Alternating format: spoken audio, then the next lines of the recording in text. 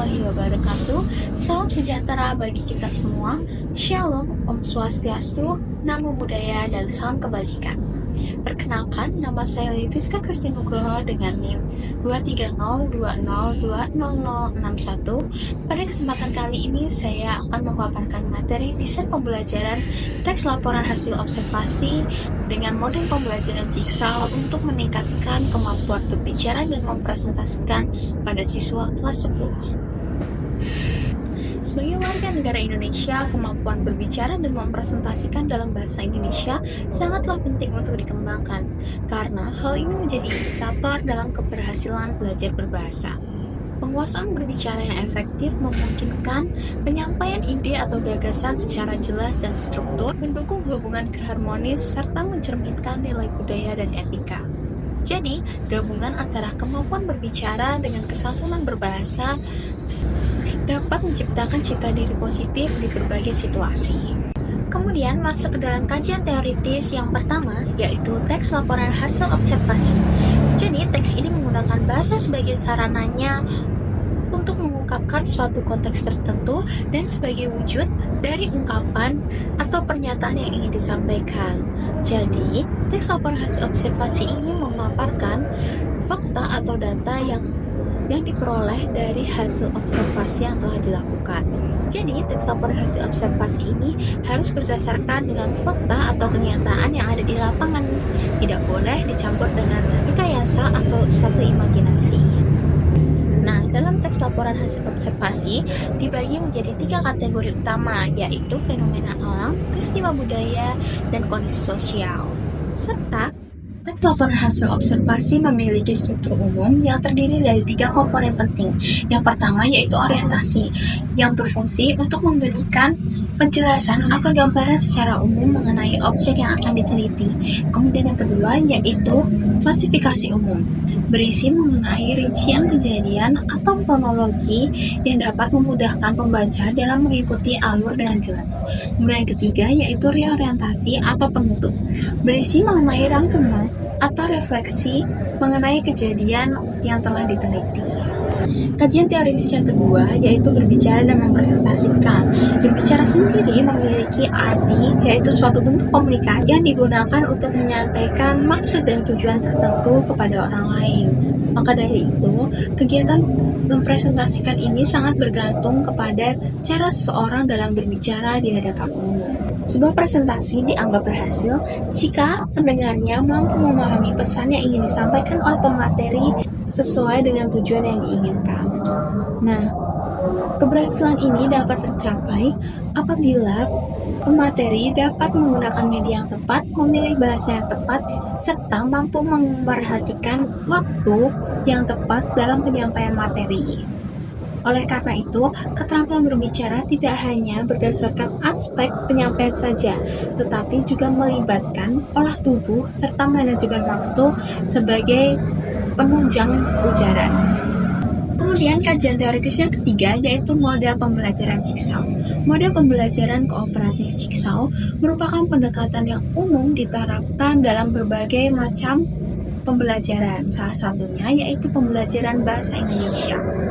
Pendekatan ini dianggap efektif karena mampu meningkatkan rasa kepercayaan diri siswa dan tanggung jawab siswa terhadap proses pembelajaran mereka, baik secara individu maupun kelompok. Penerapan model pembelajaran Jigsaw diharapkan mampu mencapai beberapa tujuan selama proses pembelajaran. Di antaranya yang pertama yaitu mampu meningkatkan hasil belajar akademik siswa dengan berfokus pada tujuan sosial dan perbaikan nilai atau prestasi peserta didik. Kemudian yang kedua, model pembelajaran Jigsaw mendorong penerimaan perbedaan terhadap individu yang mencakup berbagai hal baik secara ras, budaya maupun kelas sosial. Jadi, model pembelajaran Jigsaw ini memberikan ruang bagi peserta didik untuk belajar menghargai dan menerima perbedaan yang ada. Kemudian yang ketiga, model ini bertujuan untuk mengembangkan keterampilan sosial peserta didik dengan melatih kerjasama, kolaborasi, dan saling mendukung dalam mencapai tujuan bersama. Ada pula manfaat positif penerapan model pembelajaran jigsaw bagi perkembangan peserta didik. Yang pertama yaitu model ini meningkatkan hasil belajar, kemampuan daya ingat, dan kemampuan berpikir kritis peserta didik melalui interaksi aktif dan analisis materi yang mendalam. Yang kedua, model ini merangsang motivasi intrinsik dan memperbaiki hubungan antar siswa yang berasal dari latar belakang yang beragam. Yang ketiga, model ini juga mampu meningkatkan percaya diri, harga diri, perilaku sosial, dan keterampilan kerjasama yang penting bagi kehidupan sehari-hari. Selanjutnya, masuk ke dalam desain pembelajaran inovatif. Yang pertama yaitu tujuan pembelajaran. Jadi tujuan utama dalam pembelajaran ini yaitu supaya siswa mampu mempresentasikan teks laporan hasil observasi dengan jelas dan terstruktur kepada para audiens. Dalam proses pembelajaran, hal ini bertujuan supaya siswa tidak hanya mampu menulis teks laporan hasil observasi, tetapi juga mampu menyajikan hasil tersebut secara lisan dengan percaya diri dan sesuai dengan kebutuhan pendengarnya. Yang kedua yaitu penilaian hasil belajar. Aktivitas guru serta evaluasi hasil pembelajaran siswa merupakan komponen yang mempengaruhi keberhasilan proses pembelajaran. Salah satu metode evaluasi yang umum diterapkan pada siswa kelas 10 SMA dalam pembelajaran bahasa Indonesia elemen berbicara yaitu presentasi.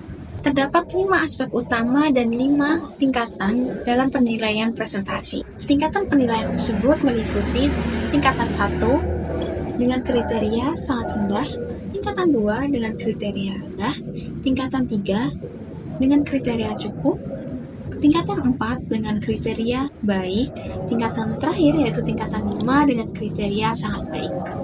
Nah, tingkatan-tingkatan tersebut memberikan gambaran yang jelas mengenai bagaimana kemampuan peserta didik dalam melakukan presentasi yang meliputi aspek materi, aspek kefasihan, aspek kejelasan, aspek intonasi, dan aspek suara. Yang ketiga yaitu materi pembelajaran. Materi pembelajaran sebagai dasar pengembangan keterampilan berbicara dan mempresentasikan siswa dapat diberikan kepada peserta didik sebelum melakukan praktik di hadapan audiens. Selanjutnya, penggunaan elemen berbicara dengan tepat mampu meningkatkan pemahaman serta memperkuat pengertian pesan yang disampaikan. Elemen ini dibagi menjadi 2, yaitu elemen olah tubuh dan elemen di luar olah tubuh. Elemen olah tubuh meliputi yang pertama yaitu ekspresi wajah. Ekspresi wajah berperan penting dalam menciptakan suasana hati dan kenyamanan audiens. Contohnya adalah ekspresi yang ceria dan ramah, seperti menggunakan senyuman yang lebar saat memulai presentasi atau merespon pertanyaan dapat menciptakan atmosfer yang penuh dengan antusiasme dan keakraban. Yang kedua yaitu gerakan tangan. Gerakan tangan yang tepat dapat memperkuat penyampaian pesan serta mempermudah audiens untuk memahami informasi. Yang ketiga yaitu postur tubuh.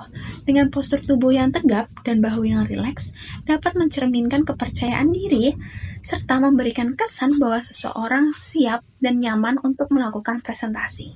Yang keempat yaitu kontak mata. Kontak mata yang konsisten menunjukkan tingkat keterlibatan serta perhatian terhadap audiens. Elemen selanjutnya yaitu elemen di luar olah tubuh. Yang pertama yaitu intonasi. Intonasi suara berperan penting untuk memberikan penekanan pada suatu informasi. Yang kedua yaitu jarak interpersonal. Jarak ini mempengaruhi kenyamanan serta interaksi dengan audiens, sehingga penting untuk menjaga jarak sesuai dengan konteks budaya dan pengaturan ruangan. Dan yang tiga yaitu penampilan fisik presenter, seperti pakaian yang rapi dan gaya rambut yang sesuai mencerminkan profesionalisme dan memberi kesan positif pada audiens. Selanjutnya yang terakhir yaitu penggunaan media tambahan seperti PowerPoint, scrapbook, ataupun poster. Nah, dengan penggunaan media-media tersebut memberikan dukungan visual serta memperkaya pengalaman audiens dengan memudahkan mereka dalam memahami materi yang secara jelas dan menarik. Selanjutnya yaitu ada media pembelajaran yang dapat digunakan. Penggunaan media pembelajaran yang inovatif serta kreatif dapat menarik perhatian siswa dan meningkatkan pemahaman mereka. Di era serba digital ini telah tersedia berbagai macam jenis media pembelajaran yang efektif serta mampu menggantikan media pembelajaran tradisional dengan cara ceramah yang monoton. Media pembelajaran kreatif tersebut meliputi PowerPoint, scrapbook, atau poster. Nah, PowerPoint ini atau biasa disebut dengan Salindia menjadi salah satu media yang paling sering digunakan dalam berbagai macam situasi presentasi. Ketika ingin menggunakan PowerPoint, penting untuk menyiapkan poin-poin materi yang jelas serta desain yang menarik. Nah, pada setiap slide PowerPoint ini memuat teks, ilustrasi, atau bahkan suara yang dapat memperkaya pengalaman belajar. Yang kedua yaitu penggunaan buku tempel atau scrapbook. Nah, buku tempel ini merupakan salah satu bentuk seni kerajinan yang melibatkan gambar, foto, dan tulisan di atas lembar kertas. Selain memberikan daya tarik visual pada laporan, buku tempel dapat menjadikan laporan tersebut menjadi lebih memorabilia yang berkesan. Kemudian yang tidak kalah efektif yaitu penggunaan poster. Poster dapat menarik perhatian dan minat audiens dengan desain yang menarik dan tidak memerlukan biaya produksi yang besar. Selain itu, poster juga memungkinkan penyampaian informasi yang lebih jelas, tepat, singkat, dan lebih efisien. Nah, selanjutnya ada sintaks model pembelajaran. Penerapan model pembelajaran Jigsaw memiliki sintaks atau prosedur yang diharapkan mampu membantu dalam pencapaian tujuan pembelajaran.